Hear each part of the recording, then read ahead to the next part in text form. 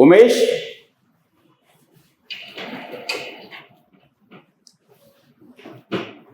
क्या श्रीमान मैं अंदर आ सकता हूँ? बिल्कुल आइए। नमस्कार श्रीमान जी। नमस्कार उमेश, बैठिए। धन्यवाद श्रीमान जी। धन्यवाद, स्वागत है आपका। उमेश, पुरोहित का काम भी जानते हैं आप? जी श्रीमान जी। रक्षा सूत्र का मंत्र मुझे बताइए। जी श्रीमान, रक्षा सूत्र का जो मंत्र है वह इस प्रकार है। येना बद्धो बलिराजा दानवेन्द्रो महाबला तेना त्वं प्रतिबंधनामि रक्षे मां चल। इसका अर्थ बताइए। श्रीमान जी, ये न बद्धो बलि राजा दानवेन्द्रो महाबलः तेन तुम प्रतिबंधनामि रक्षे मां चल।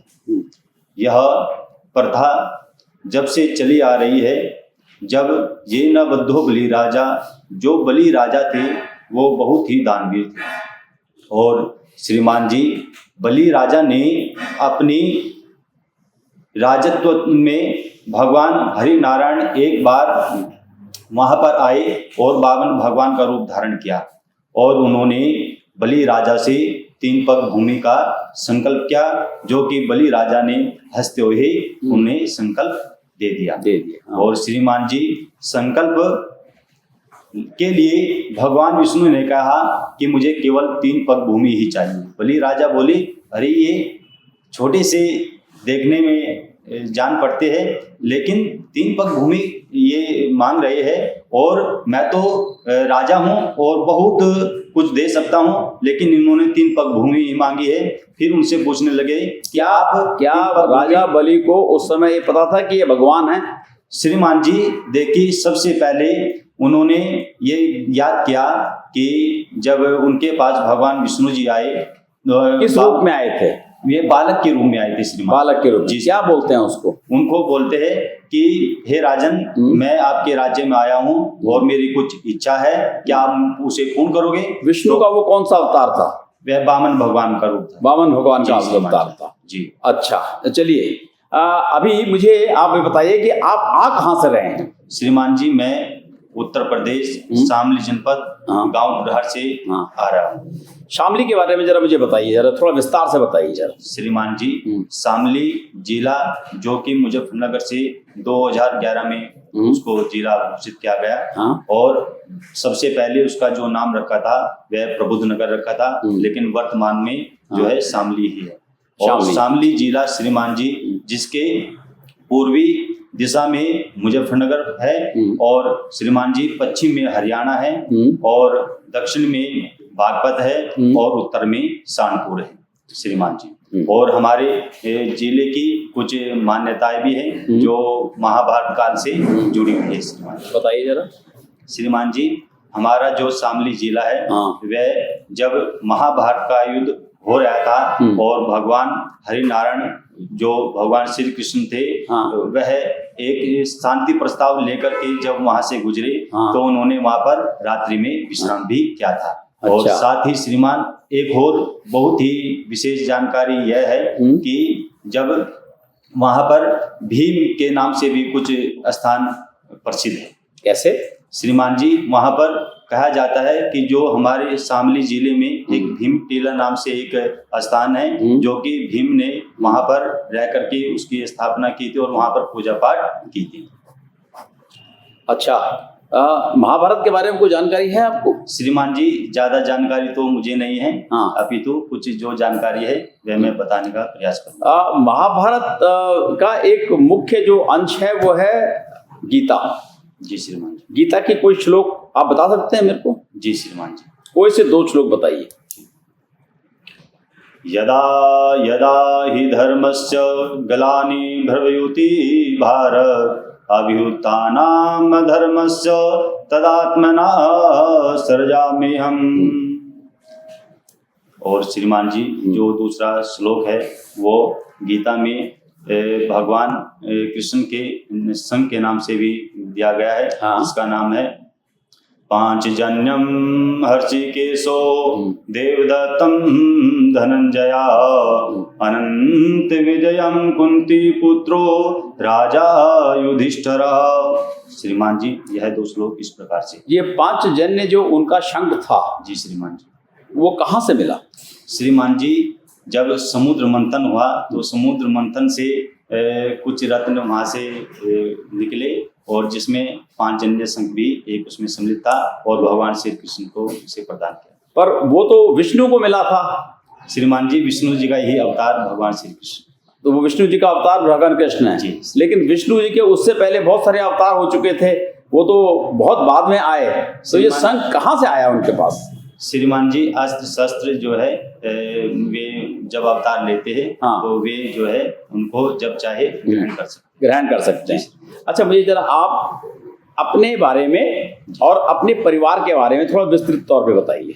श्रीमान जी, सबसे पहले हमारे जो फादर स्वर्गीय संतरेश शर्मा जी, जिनका स्वर्गवास हो चुका है, और वर्तमान में हमारे घर की मुखिया जो हमारी माता जी है श्रीमती वेदवती देवी, और मेरे बड़े भाई है जिनका नाम योगेश भारद्वाज है, और श्रीमान जी मेरी एक छोटी बहन है जिसका नाम सोनिया शर्मा है, और श्रीमान जी मेरी माता जी जो एक गृहिणी हैं और उनकी जो शिक्षा है गांव के ही जनपद शामली रामडा से उन्होंने 8th क्लास उत्तीर्ण की है, और श्रीमान जी जो मेरे बड़े भाई है उनकी भी शिक्षा गांव के ही पास जो हमारा एक कांदला कस्बा पड़ता है वहां से हिंदू इंटर कॉलेज से उन्होंने इंटर उत्तीर्ण की है। और श्रीमान जी वह शादीशुदा है, उनकी बीवी का नाम, उनकी जो धर्मपत्नी है उनका नाम दीपा भारद्वाज है, और श्रीमान जी उनके 3 बच्चे हैं जिनमें 2 बेटे हैं और 1 बेटी है। और श्रीमान जी एक मेरी जो छोटी बहन है वह भी शादीशुदा है, और उनकी जो पढ़ाई की बात करूं मैं, उनकी पढ़ाई भी गांव के ही पास कांदले से उन्होंने ग्रेजुएशन उत्तीर्ण की, और श्रीमान जी वह भी शादीशुदा है, उनकी भी 2 संतान है। और श्रीमान जी सबसे जो बीच में मेरा नाम आता है, मैं उमेश कुमार शर्मा, और मेरी धर्मपत्नी का नाम श्रीमती रश्मि शर्मा, और श्रीमान जी मेरी जो धर्मपत्नी है वह भी M.Com है, और श्रीमान जी मैंने भी जो है अपनी पढ़ाई पूर्ण की है, और मेरी भी 2 संतान है जिसमें एक बेटा और एक बेटी। श्रीमान जी, जरा अपनी पढ़ाई के बारे में मुझे 10वीं से लेके अब तक विस्तार से बताइए। श्रीमान जी, मेरी जो 10th क्लास है, 10वीं जो मेरी क्लास संस्कृत महाविद्यालय खेगड़ा बागपत से मैंने 60% से उत्तीर्ण किया है, और श्रीमान जी इंटर की पढ़ाई भी मैंने वहीं से 60% से उत्तीर्ण किया है, और श्रीमान जी आगे की जो पढ़ाई है शास्त्री की वहीं रहते हुए संस्कृत महाविद्यालय खेगड़ा बागपत से मैंने जो है पूर्ण की है, जो कि मेरी डिग्री संपूर्णानंद संस्कृत विश्वविद्यालय वाराणसी से मुझे प्राप्त हुई है। और श्रीमान जी मेरी जो शास्त्री की पढ़ाई है वह 2014 में पूर्ण हुई है, और श्रीमान जी जो आचार्य है, आचार्य मेरी 2018 में मैंने संपूर्णानंद संस्कृत विश्वविद्यालय से मैंने 62% से मैंने उसे उत्तीर्ण किया है, और श्रीमान जी 1 वर्ष कर्मकांड का डिप्लोमा जगत गुरु रामानंदाचार्य यूनिवर्सिटी जयपुर राजस्थान से मैंने 60% से मैंने उत्तीर्ण किया है श्रीमान जी। और श्रीमान जी कुछ मेरी पढ़ाई में विलम्ब हुआ है, जिसमें मैं ये देख रहा हूँ कि जो 2014 में मैंने शास्त्री को उत्तीर्ण किया है श्रीमान जी, जैसे ही मैंने इंटर को क्वालिफाई किया था, और श्रीमान जी उस समय के पश्चात मेरे जो फादर थे उनका स्वर्गवास हो गया था, जिसमें उसमें थोड़ा मुझे विलम्ब हुआ 1 वर्ष का। और श्रीमान जी 2014 के पश्चात जो मुझे आचार्य में जो डिग्री प्राप्त करने में विलम्ब हुआ, वो इस कारण जैसे कि हमारे जो घर में बड़े हमारी माता जी थी, उनकी इच्छा थी कि इसकी शादी हो जाए और ये भी जो है गृह जीवन में प्रवेश करे। तो श्रीमान जी मैंने बहुत उनको समझाने का प्रयास किया, लेकिन वह नहीं मानी, कहने लगे नहीं अब आपको ये कार्य करना ही है। तो श्रीमान जी उनके जो आदेश था उसका पालन भी करना था, और श्रीमान जी उन्होंने मेरा विवाह कर दिया। इस घर जीवन में आने से मुझे थोड़ा सा विलम्ब हुआ, इसलिए इस कारण से मैंने 2018 में आचार्य को उत्तीर्ण किया। तो पत्नी ने ये नहीं कहा कि जब शादी हो ही गई है तो कहाँ बाहर जा रहे हो पढ़ाई करने के लिए, इस टाइम पर 1-2 साल बाहर निकाल रहे हो? नहीं श्रीमान जी, देखिए सबसे पहले अपना लक्ष्य निर्धारित होना चाहिए। और श्रीमान जी, जिसका लक्ष्य निर्धारित होता है उसमें कोई भी मतलब कितना भी विलंब आ जाए, लेकिन उसे जो है प्राप्त करना हमेशा उस पर तत्पर। तो क्या लक्ष्य निर्धारित किया आपने? श्रीमान जी, मैंने सबसे पहले अपनी पढ़ाई को पूर्ण किया और साथ ही साथ मैंने जो है धर्म गुरु पद के लिए मैंने अपनी पढ़ाई को जारी रखा और साथ ही साथ उसकी तैयारी भी जारी रखी। कब पता लगा कि धर्म गुरु बन सकते हैं आप, और क्यों बनना चाहते हो? श्रीमान जी, हमारे विद्यालय में हमारे एक पूर्व सीनियर जो हमारे छात्र थे, उनका धर्म गुरु पद पर चयन हुआ था। तो उनको देख करके मेरे अंदर भी मतलब जो है उत्साह बढ़ा और मैंने भी जो है धर्म गुरु पद के लिए प्रयास किया। कभी उनसे मुलाकात हुई जो धर्म गुरु बन चुके हैं आपके यहाँ से? श्रीमान जी, वे काफी पुराने छात्र थे। कभी कभी एक बार उनसे मेरा मिलना हुआ, उनके विषय में मुझे जानकारी हुई थी, जिस कारण से मैंने जो है धर्म गुरु पद के लिए तैयारी शुरू की। अच्छा, तो आप ये बताइए कि भारतीय सेना में जो धर्म गुरु बनते हैं, जी श्रीमान जी, उनकी बेसिक ड्यूटीज क्या होती हैं? श्रीमान जी, जो धर्म सेना में धर्म गुरु पद होता है वो बहुत ही अच्छा पद है और गौरवान्वित पद है। श्रीमान जी, सर्वप्रथम जो धर्म गुरु का पहला मुख्य कर्तव्य है वह एक सैनिक है। और सैनिक के नियम जो होते हैं श्रीमान जी, सबसे पहले जो दूसरा जो इसमें जो धर्म गुरु का कार्य है वह अपने पारंपरिक कर्तव्यों का निर्वहन करते हुए जो भी जैसे मंदिर की सेवा आदि जो मतलब उसमें कार्य करने होते हैं वो पूर्ण करना पड़ता है। और श्रीमान जी, और अपने उच्च अधिकारी का आदेशों का पालन भी करना पड़ता है।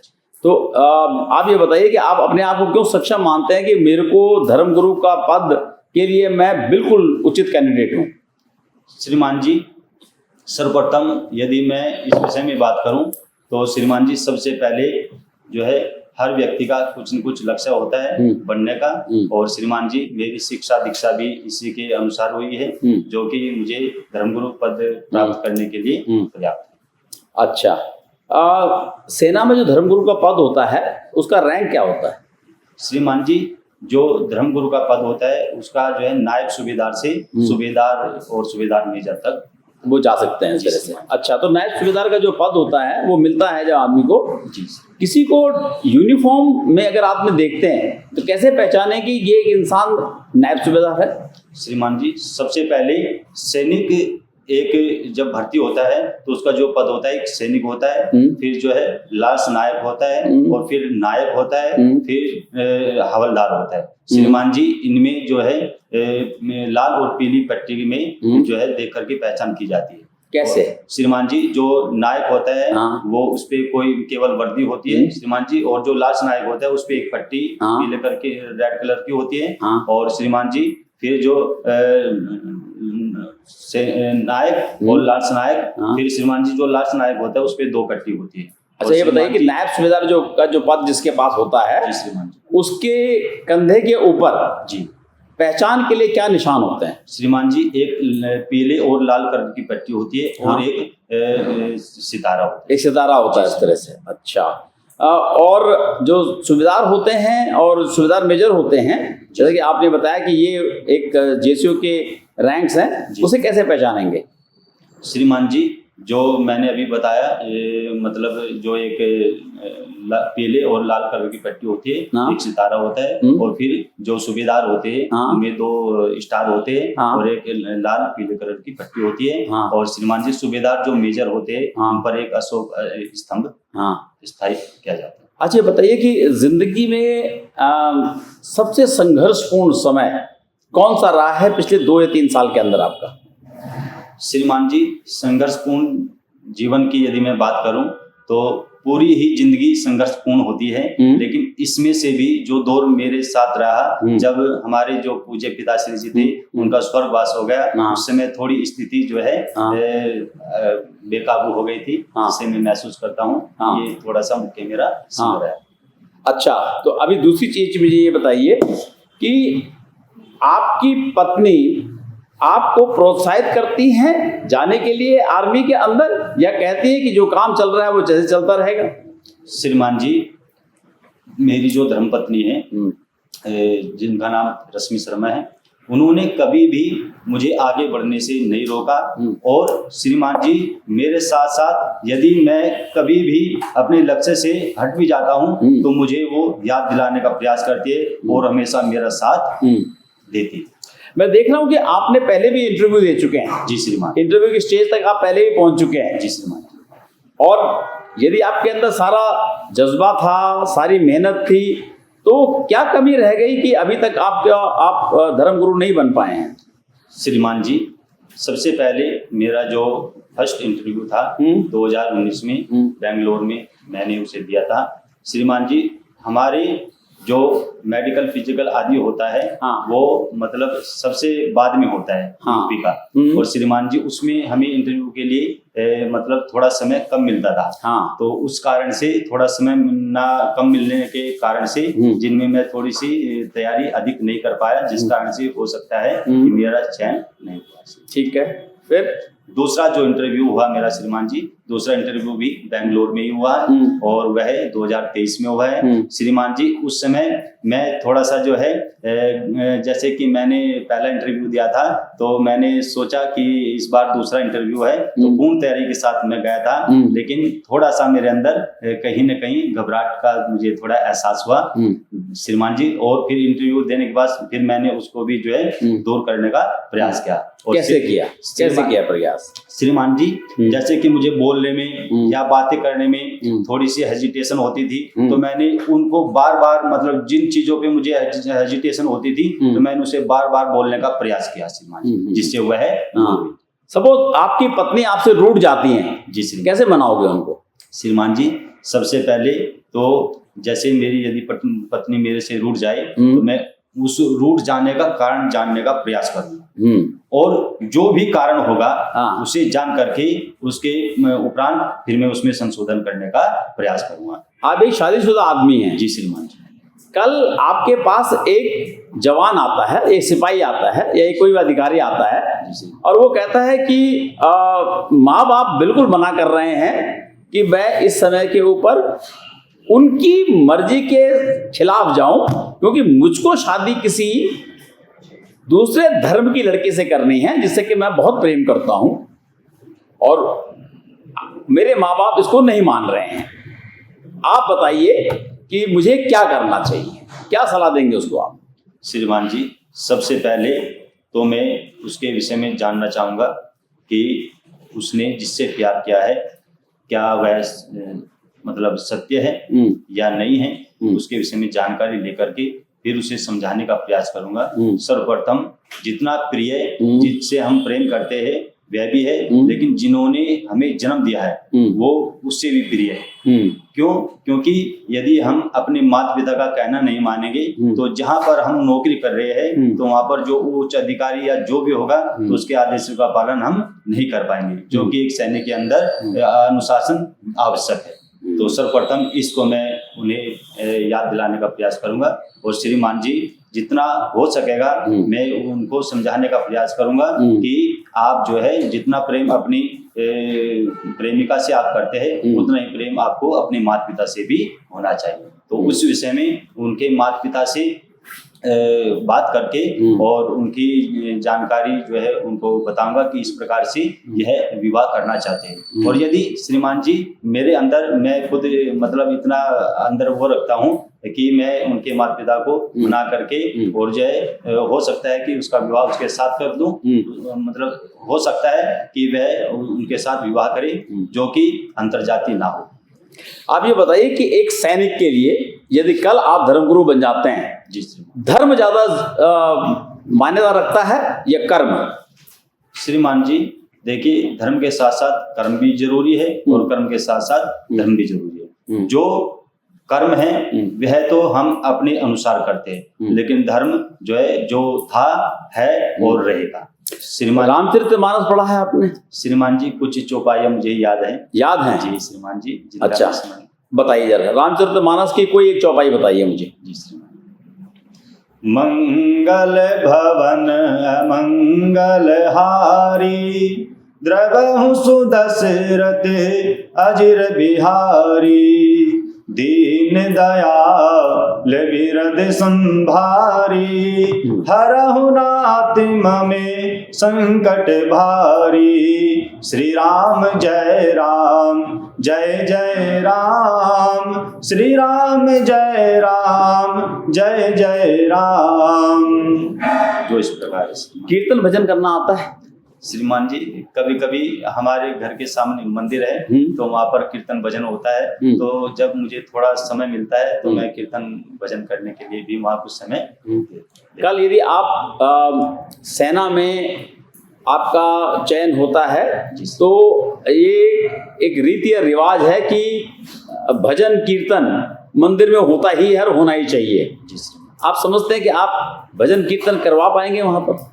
श्रीमान जी देखिए, सबसे पहले तो पूर्ण तो कोई नहीं है, लेकिन यदि वह प्रयास करे तो वह विफल भी नहीं होता है। तो इसलिए श्रीमान जी जितना मुझसे होगा मैं उसमें भजन कीर्तन को करने का प्रयास करूंगा और उसे संपन्न कराने का प्रयास करूंगा। कोई इंस्ट्रूमेंट बजाना आता है आपको? श्रीमान जी इंस्ट्रूमेंट मुझे बजाना नहीं आता है, लेकिन मैं जो है थोड़ा सा इंस्ट्रूमेंट यदि बजता है तो मैं उस पर गा सकता हूँ। मतलब उसकी लय पकड़ लेते हैं आप इस तरह है? अच्छा, भारत देश के अंदर इस टाइम पे बहुत तहलका मचा हुआ है, एक SIR कोई चल रहा है, क्या है ये SIR? श्रीमान जी इसमें मुझे ज़्यादा जानकारी तो नहीं है, लेकिन जो SIR है वह मैं देख रहा हूँ कि जो SIR के विषय में जानकारी, जैसे कि हमारे इलेक्शन के मामले में जो है चुनाव आयोग जो है उन्होंने इसे लागू किया है, जो कि उनका पूर्ण रूप से अध्ययन करना यह है कि जो हमारे वोटर, जो पुराने वोटर है जैसे कि मृत हो जाते हैं या मतलब जो हमारे नई युवा पीढ़ी के जो बच्चे युवा होते हैं उनको जोड़ना, और जो मृत व्यक्ति है या मतलब जो स्थान परिवर्तन जिन्होंने कर लिया है और वहाँ पर स्थित नहीं है उनको हटाना और उनको स्थापित करना इसका लक्ष्य है। इसका लक्ष्य है। एक शहर है लेह, जी सुना है इसके बारे में आपने? लद्दाख की राजधानी है लेह, जी सुना है इसके बारे में? श्रीमान जी लेह का नाम मैंने सुना है। सुना है। कुछ दिनों पहले वहाँ बहुत दंगे हुए जी सर, और कुछ बसें जलाई गई, CRPF की गाड़ियां भी जला दी गई जी सर। तो क्यों हुआ ये दंगा वहां पर, और क्या ये ऐसा चीज भारत देश में होनी चाहिए? श्रीमान जी मुझे उसमें ज़्यादा जानकारी नहीं है, लेकिन फिर भी यदि वहाँ पर दंगा हुआ है तो यह दुर्भाग्यपूर्ण है, ऐसा नहीं होना चाहिए, क्योंकि समाधान हमेशा जो है आपस में वार्तालाप करके ही उसको निपटाना चाहिए। श्रीमान जी भारतीय सेना एक बहुत बड़ी सेना है जी श्रीमान, और बहुत कमांड्स कोर्स बहुत फैले हुए हैं इसमें। जी श्रीमान, भारतीय सेना की कुछ कमांड्स के बारे में आप कुछ बता सकते हैं मुझे? जी श्रीमान, बताइए जरा।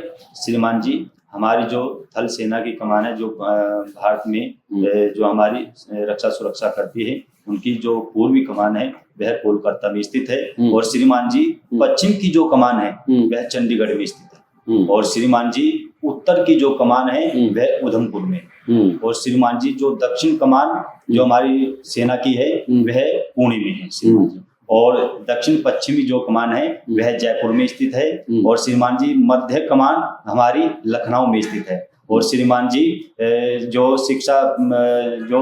शिक्षण परीक्षण जो हमारी जो कमान है वह शिमला में मुझे जान दिया। अच्छा ये बताइए, यदि आपका सिलेक्शन हो जाता है, जी श्रीमान, ट्रेनिंग कहाँ पर होगी आपकी? श्रीमान जी हमारी जो ट्रेनिंग होती है वह 6 माह की होती है, और श्रीमान जी पुणे में उसे कराया जाता है।